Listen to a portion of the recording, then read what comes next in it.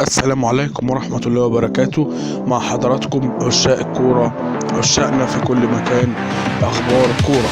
النهاردة هنتكلم عن موعد مباراة النادي الأهلي والنادي شباب بلوزداد في دوري أبطال أفريقيا، مباراة العودة بالنادي الأهلي ونادي شباب بلوزداد. هتعرف معنا كل التفاصيل والأخبار والاستعراضات والحصريات هنا بس في قناة أخبار الكورة. يا ريت تصلي على النبي وتخش في التفاصيل بعد ما تصلي على النبي، تشترك في القناة وتحط لايك جميل.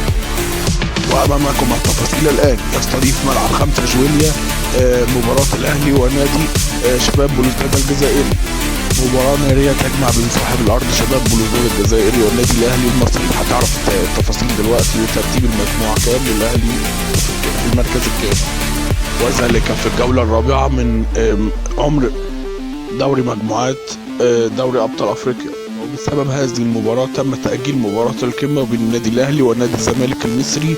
بسبب هذه المباراة شباب بلوزداد والنادي الأهلي يوم 16 المقبل، ويستعد النادي الأهلي بكل قوته للفوز بهذه المباراة والتعادل بنقطة على الأقل.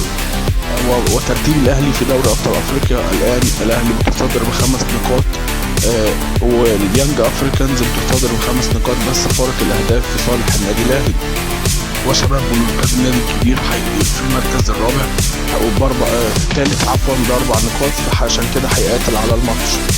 وسوف تذاع المباراة عبر بين سبورت الملك الحصري للبطولة، بين سبورت 6 القنوات المشفرة.